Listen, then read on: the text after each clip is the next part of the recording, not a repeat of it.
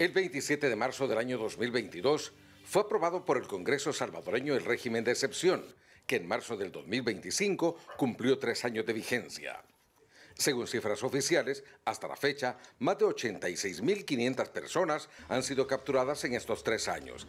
Y si a esto se suma la cantidad de reos albergados con anterioridad, que se estima en 40.000, suman más de 125.000 internos para un sistema carcelario con capacidad para 70.000 personas. Significa que existe una sobrepoblación carcelaria. Prácticamente, el sistema carcelario está sobresaturado y existe hacinamiento. Un reciente informe del Banco Mundial reveló que en la actualidad El Salvador tiene la tasa de personas privadas de libertad más alta en el mundo. Y eso representa que el 2.6% del total de la población adulta se encuentra privada de su libertad. La falta de atención médica, hacinamiento, torturas y riñas internas han dejado durante los 3 años del régimen de excepción cerca de 400 muertos, documentados por organismos defensores de derechos humanos, aunque se presume que hay un subregistro que aproxima a 1.000 víctimas mortales. Muchos de los reos murieron sin que un tribunal los declarara culpables. Defensores de derechos humanos preguntan por qué siguen muriendo presos bajo la custodia del Estado. ¿Quién investigará y castigará a los responsables de estas muertes? Tras el telón, queremos explorar un poco más este tema que ha sido documentado por Samuel Ramírez, dirigente del movimiento de víctimas del régimen de excepción MOVIR. Samuel, ¿qué está pasando en las cárceles del país? ¿Realmente se está convirtiendo en cárceles de muerte? Bueno, por la información que circula a diario, los muertos que nos reportan las familias, que son muchos. Este fin de semana hemos tenido varios muertos. Creo yo que hay una crisis humanitaria dentro de las cárceles, pero sobre todo en las cárceles tradicionales como Mariona, Apanteos, Izalco, allá Granja de Zacatecoluca, Quesaltepeque, pero en el Secot parece que la historia ahí es diferente. Parece que reúnen las condiciones para que realmente sea una cárcel. Y pues ahí la gente vive con condiciones muy favorables, amplios espacios para cada pandillero, agua potable suficiente, servicios sanitarios suficientes, mientras que el resto, en algunos penales, la gente hace sus necesidades fisiológicas en cubetas y no alcanza el agua ni siquiera para tomar, menos para bañarse. O sea, hay una situación muy grave dentro de las cárceles. Hay un hacinamiento. Hay un hacinamiento, Pero especialmente esto se da, me dices, en las cárceles comunes, no en las cárceles de máxima seguridad, porque el Centro de Confinamiento para el Terrorismo Secot se vende como una cárcel modelo de máxima seguridad. En las otras cárceles sí hay un hacinamiento. Sí, bueno, hemos visto en Izalco varios intentos de amotinamiento de los privados de libertad, donde mezclan a los pandilleros con los inocentes, o las pandillas, de diferentes pandillas, y unos que ya están condenados, otros que están en proceso, han entrado en conflicto, y hace unos meses pues hubo una trifulca, que hubieron varios muertos, varios heridos, y no conocimos la verdad. O sea, la gente se quedó esperando, solo la familia, sí le informan de su familiar que, bueno, tuvimos el caso de Mariona, que nos acusaron a nosotros de lanzar información falsa, que nosotros anunciamos porque la familia nos informó que había un amotinamiento en Mariona. A una señora le mataron al hijo en la cárcel. El hijo, yo tengo fotos de él con cortaduras en la cabeza, en la cara, tiene sangramiento en la boca, heridas pues, en diferentes partes del cuerpo. Entonces no fue una muerte natural, fue asesinado dentro de la cárcel. Algo pasó ahí, algún intento de amotinamiento, alguna trifulca, pero que penales incluso dijo que la publicación de MOVIR era falsa, pero tampoco ha dicho de qué murió esta persona. O sea, de verdad que hay una crisis muy grande en los penales, para mí que es una bomba de tiempo. Hay personas que saben que son inocentes y no saben cuándo van a salir. Esa gente está desesperada para que el sistema judicial resuelva, pues, ¿verdad? Entonces, sí hay una crisis humanitaria. ¿Cuántos muertos han registrado ustedes, o han documentado, mejor dicho, desde que se implementó el régimen de excepción ya hace más de 3 años? Bueno, el Socorro lleva creo que más de 400 personas, como unas 407 personas. No sé si ya están los últimos muertos, pero estos son la información que se le sale al régimen, porque el régimen sigue ocultando lo que pasa dentro de las cárceles. Yo tengo la impresión que es mucho más que eso, son miles los muertos. Estas muertes son las personas que tienen valor de denunciar, porque incluso hay gente que me dice, mire, hace poco murió un señor de 50 años en Nahuizalco, y me dice, mire, no vaya a decir nada porque tengo el hijo preso, y no quiero que mi hijo vaya a tener represalia. El señor murió, también dice que tiene señales de golpes en el cuerpo, murió en el hospital Mazzini. Igual el otro joven que murió anteanoche, que por deshidratación, por falta de agua, entonces, y por granos, por escabiosis, le llaman a esto, que parece que esos granos, o sea, la carne sale, se le ve claramente, y eso puede ser fácil para una contaminación, sobre todo por el ambiente que viven ahí, y no recibió la atención médica oportuna, y eso lo llevó a la muerte. Retomemos el caso de esta señora. Yo vi la publicación de Movir, donde hablaba de que un joven que había sido detenido hace algún tiempo había muerto dentro de un motín carcelario. Incluso hubo periodistas que se apersonaron a la zona del Centro Penal Esperanza, conocido como Mariona, donde se habría registrado ese motín, y dicen que no vieron mayor cosa. Sin embargo, bueno, el gobierno lo negó. La Dirección General de Centros Penales incluso sacó una publicación desvirtuando la publicación de ustedes, que afirmaban que había un muerto dentro de un motín, y de la misma madre que había anunciado. ¿Por qué el gobierno está ocultando información oficial? Porque en este caso en concreto pudimos ver horas después que la señora reclamó el cuerpo de su hijo en medicina legal. O sea, que sí, su hijo estaba muerto y sí, su hijo murió en un aparente motín. ¿Por qué el gobierno oculta esto, Samuel? Es una estrategia, porque el gobierno trata de que no se conozca la verdad. Él vende una narrativa que aquí no hay personas inocentes en las cárceles, que no se violenta ningún derecho, que no hay muertos, y que, bueno, dijo Andrés Guzmán así tan fríamente que los muertos son normales, dijo, siempre tiene que morir más de alguno, pero la gente que muere no muere por muerte natural, muere por falta de atención médica, muere por falta de alimentación. ¿Y qué pasa con los paquetes que la familia le lleva con frecuencia cada mes? ¿Qué pasa con esos alimentos? Les depositan dinero, incluso a veces les llevan hasta medicamentos, porque le piden medicamentos, y el medicamento va a una farmacia en el penal, que no llega directamente al paciente. Ese medicamento sirve para otros privados de libertad también. Entonces, eso es lo que queremos, que el gobierno informe, hombre, que diga la verdad que pasa en los centros penales. Ya 3 años de régimen, ¿cómo no puede tener un sistema de información donde la gente pueda conocer lo que pasa adentro? Pero el gobierno quiere ocultar todo lo que pasa con el régimen, quiere seguirlo vendiendo como un régimen, un modelo de seguridad que funciona y que puede ser retomado por otro país, pero no dice la verdad. Incluso a las familias se les niega información, Samuel. Bueno, hay personas que por una persona que fue al hospital tomó una foto de alguien que está hospitalizado y la mandan a Movir. Entonces nosotros publicamos la publicación y me llama la familia inmediatamente, mire, la página de Movir tiene tanta efectividad que pocos minutos después de publicar las cosas me llama, mire, don Samuel, y esa publicación, ¿usted sabe dónde está esa persona? ¿Sabe con quién podemos hablar, quién tomó la foto? No les digo simplemente la tomaron, es que es mi hijo, me dicen. Y yo no sabía que estaba enfermo y quiero ir al hospital. Y cuando va al hospital le dicen que no puede entrar, que es prohibido. Y hasta que Movir ha hecho denuncias a veces y se han viralizado, hemos logrado que esa persona salga libre, porque ya está tal vez en una fase terminal de la enfermedad.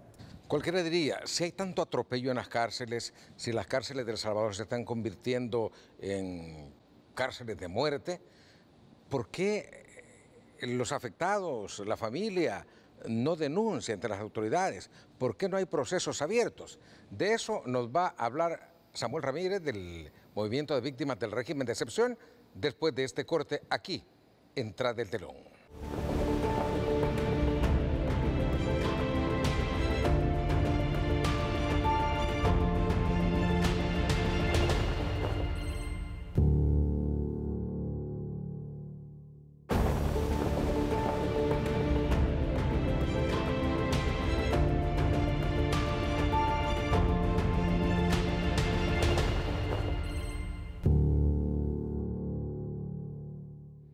Seguimos tras el telón, hablando sobre la situación carcelaria de este país con Samuel Ramírez. Samuel, ustedes y todas las organizaciones defensoras de derechos humanos, organismos no gubernamentales, reciben denuncias de muchas personas.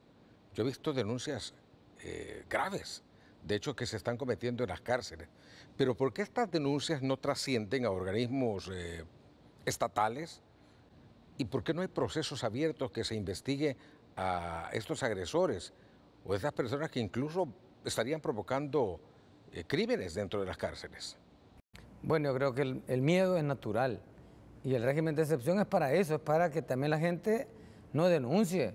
Una persona humilde de un cantón, de un caserío, que sabe que ella vive sola, lejos de donde está la ciudad, cualquier cosa puede estar con ella y si va a denunciar. Ya hemos tenido casos de denuncias de asesinatos, pero no vemos que se procesan los asesinos, porque sí hay denuncias ya en la fiscalía, pero la fiscalía no ha hecho nada. Tenemos el caso de la niña Génesis, que hoy la mamá ya retomó el tema con una abogada, ya pusieron la denuncia en la fiscalía, ya creo que el tema se está volviendo a levantar. Quizá un poco para explicarle a nuestra teleaudiencia el caso de Génesis, aunque ya hemos hecho un reportaje sobre esto, pero Génesis es una niña cuya madre fue detenida en el marco del régimen de excepción, se la llevan presa, un par de horas después van a traer a la niña que tenía en ese momento creo que unos 9 meses, entonces se la llevan bajo la justificación de que tenía que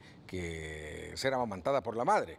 Pero resulta que dentro de la cárcel no hay condiciones para que una recién nacida estuviera ahí. Al final la niña se enferma gravemente y sale solo a morirse.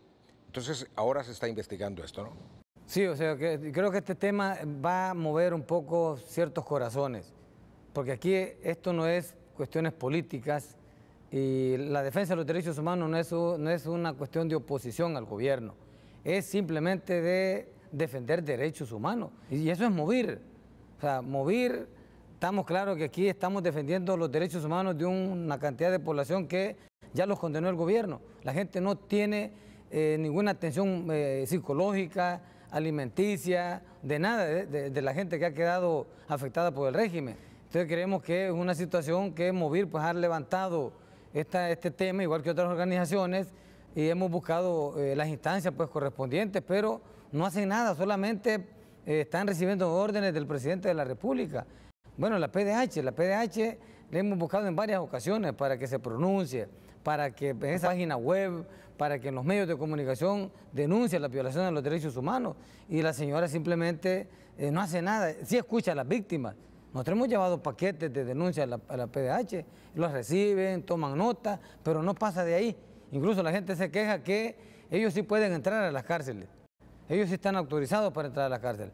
Pero hay lugares donde les dicen, mire, solo aquí puede entrar la PDH, aquí no pueden entrar.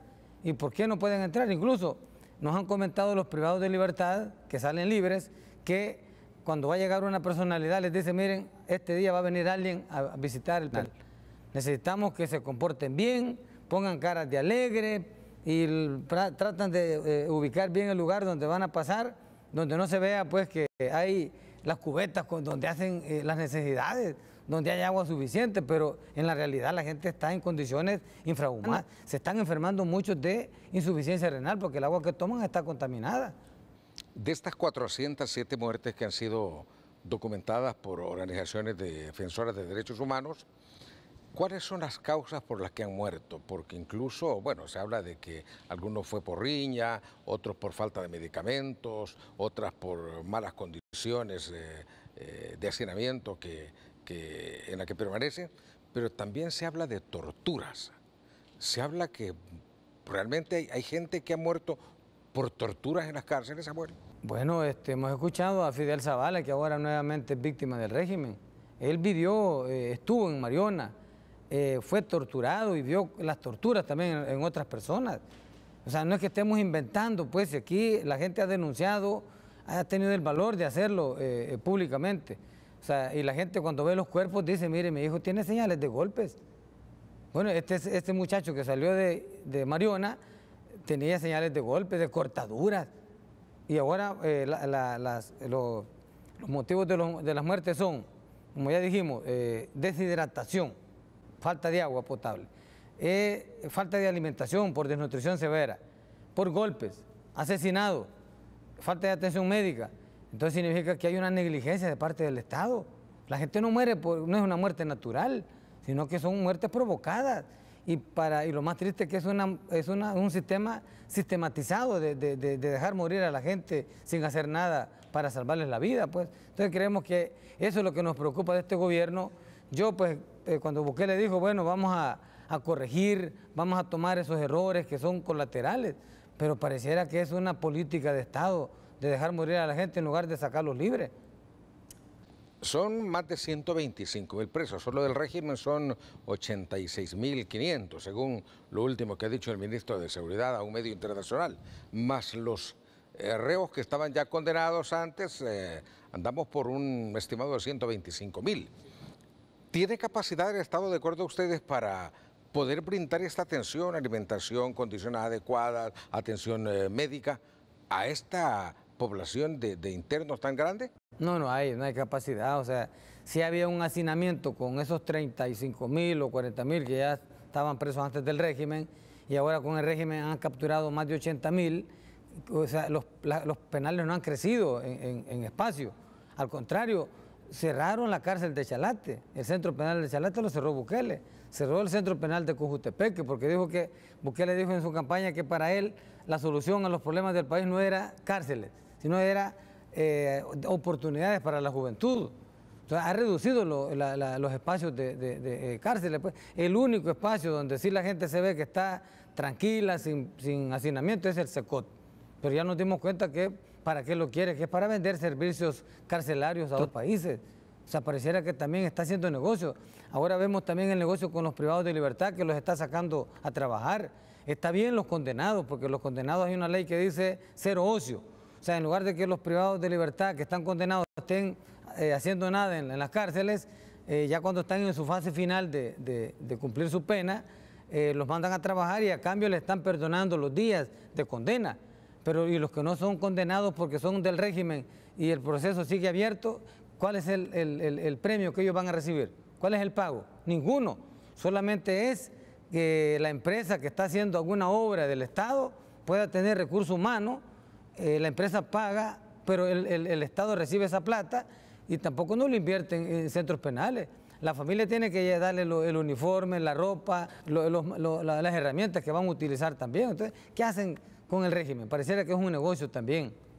El Salvador es uno de los países con la mayor tasa de población encarcelada. De eso vamos a hablar con Samuel Ramírez, tras el telón, aquí desde El Salvador.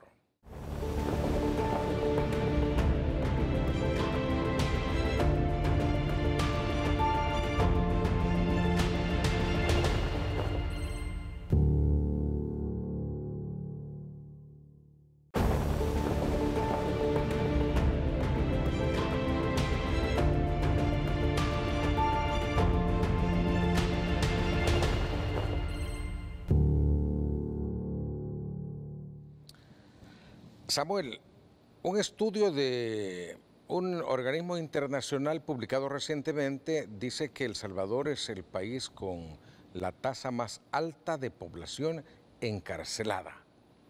¿Por qué hay tantos presos en el país? Pues sí, es lo que no entendemos nosotros, cómo la política de este gobierno cree que encarcelando a toda la gente, que incluso sospechosos de ser delincuentes, con eso va a resolver el problema de seguridad. O sea, el presidente Bukele, él es el presidente más popular del mundo por esa cantidad de presos que tiene. Pero ser popular no significa sinónimo que es bueno o que es malo, sino que la gente lo ve como el presidente que más presos tiene, pero también ya se están dando cuenta que ya hay muchas personas inocentes. O sea, esas cantidades, esas redadas al inicio del régimen, miles de personas capturadas sin el debido proceso. Era una estrategia de aumentar el número rápido para verse como ese presidente que más capturas había hecho en un país donde también había violencia, había criminalidad, pero creemos que también se le pasó la mano, ¿verdad? Incluso habían cuotas para los policías que capturaran lo más que pudieran de personas, no importa si fueran inocentes o culpables. Entonces yo creo que es una política de seguridad tramposa, perversa, que es bueno alertar al mundo que que no vayan a tomar ese modelo, porque detrás de ese modelo efectivo, como la narrativa del gobierno, hay miles de personas inocentes que se están muriendo en las cárceles, miles de familias que han entrado en más pobreza porque ahora tienen que trabajar para llevarle paquete al que trabajaba para alimentar a la familia. O sea, hay más pobreza en este país. Hay una crisis oculta que no se sabe todavía y que pronto puede despertar en algún momento determinado. Yo creo que Bukele tiene que darse cuenta que solo con represión, con terror, no puede gobernar este país. En varios informes han sido presentados por ONGs, ustedes mismos como Movir, Educa, FESPAD, Servicio Social Pasionista, Cristosal, que presentan informes a veces anuales, a veces semestrales sobre la situación carcelaria en este país. Hablan siempre que hay muertos, hablan de personas fallecidas y hablan de víctimas inocentes. Ustedes, de hecho, surgieron como movimiento por el encarcelamiento de personas inocentes, porque ustedes lo han reiterado. Aun cuando ustedes les acusan de defender pandilleros, ustedes lo han dicho, nosotros hemos surgido para defender a las víctimas del régimen que fueron detenidas de forma arbitraria, que son inocentes. Hay, entiendo, un informe que ya el gobierno lo ha aceptado, que tiene un margen de error de un 10%. Incluso ha aceptado que cerca de unos 8.000 personas privadas de libertad serían inocentes. ¿Cuál es el riesgo de que esta gente inocente permanezca en las prisiones sin haber cometido un delito? Mire, el riesgo es que esta gente no va a soportar estar mayor tiempo en la cárcel, aunque el régimen pues quiera mantenerlos ahí, la gente va a reaccionar. Y también las familias que están fuera no soportan ese calvario de estar todo el tiempo, no los ven, no saben si están vivos o están muertos, solo dicen que están en un penal, que hay que llevarle paquete. Entonces yo sí creo que el llamado a la comunidad internacional es siempre a que ponga mucho ojo a El Salvador. Movir, sí es cierto que nos han acusado de defender delincuentes, pero lo hemos demostrado con documentos al mismo presidente de la República. Hemos hecho visitas a Casa Presidencial. Gracias a Dios hemos llegado y hemos tenido una buena recepción de parte del batallón presidencial. Incluso los policías nunca nos han provocado o nos han amenazado que nos van a capturar. Incluso hemos dicho, mire, no cerremos las calles. Entonces yo siento que los policías entienden que la lucha de Movir es justa y es necesaria, porque los mismos policías a veces nos han buscado. Hemos entregado 258 paquetes de personas que son inocentes porque llevan antecedentes penales limpios. No había orden de captura, no habían cometido ningún delito. Personas con constancias laborales de empresas que trabajaban allí de 7 a 5 de la tarde. O estudiantes de diferentes carreras en las universidades, personas que no pueden decir de que eran delincuentes, pues. Entonces, el mismo Andrés Guzmán tiene esa documentación. Yo creo que Andrés Guzmán tuvo un poco de dignidad. Para aclarar un poco, Andrés Guzmán fue a quien el gobierno había nombrado como comisionado presidencial de Derechos Humanos y Libertad de Expresión, y que hace algunos par de días renunció. Sí, Andrés Guzmán, con él tuvimos una relación no tan así con frecuencia, pero se comunicaba con nosotros. Nos dijo, ya recibimos el paquete, lo vamos a analizar fríamente, pendientes de la comunicación con el comisionado presidencial. Y lo dijo públicamente que 80 de las personas que habíamos mandado nosotros, de las 258, ya habían sido analizadas y que reunían las condiciones para considerarse, para presumir que eran inocentes y que los iban a mandar a los juzgados para que agilizaran las audiencias. Entonces, creemos que él quiso hacer algo, pero tampoco no hemos visto una liberación grande de ese paquete. Han liberado personas, pero son casos muy aislados. Yo creo que Andrés Guzmán quiso hacer algo, alguna señal de que sí realmente estaba defendiendo derechos y no lo dejaron. Entonces, quizás dijo, mire, me voy antes de que yo también sea acusado de crímenes de lesa humanidad, porque aquí han venido muchos funcionarios de otros países. Incluso nos reunimos con un señor que vino de observador de los acuerdos de paz en 1992, que incluso fue candidato a presidente en Perú, y dice que él estaba preocupado porque el modelo de paz en El Salvador era un modelo ejemplar, y que ahora que esté en un ambiente parecido a como estábamos en los 80, entonces es lamentable, y que las Naciones Unidas tampoco se pronuncie. O sea, debería de pronunciarse, porque ellos tomaron este modelo para poderlo transmitir a otros países, porque fue un modelo donde la Fuerza Armada se sometió al poder civil, donde se reformó la Constitución. Quizás nunca en la historia del país se había reformado la Constitución como en ese momento. Y ahora, ¿qué es lo que tenemos? Hemos retrocedido casi 40 años atrás. Y yo que viví la guerra, yo no quisiera volver a una guerra, porque los que pagan son los jóvenes y son los pobres, son los que mueren en una guerra. ¿Y en las cárceles hoy por hoy siguen muriendo inocentes? Pues la mayoría de gente que estamos reportando no tienen vínculos con pandillas, no tienen tatuajes, son jóvenes. Bueno, ese joven de antier que me reportaron era un vendedor de la calle y estaba estudiando bachillerato, y ahí se mantenía él el estudio. Pero el hecho de ser vendedor ya es una persona indeseable para este régimen. Vivir en una comunidad asediada por la pandilla es sinónimo de que todos los jóvenes son sospechosos de ser pandilleros. Esa es la verdadera realidad de este país. Samuel, muchas gracias por tu tiempo y explicarnos un poco este tema delicado de la situación carcelaria que sigue arrojando lamentablemente muertos hoy en día. Gracias por tu tiempo. Bueno, gracias. A ustedes, gracias por su sintonía. Hasta la próxima, en otra más de Tras el Telón.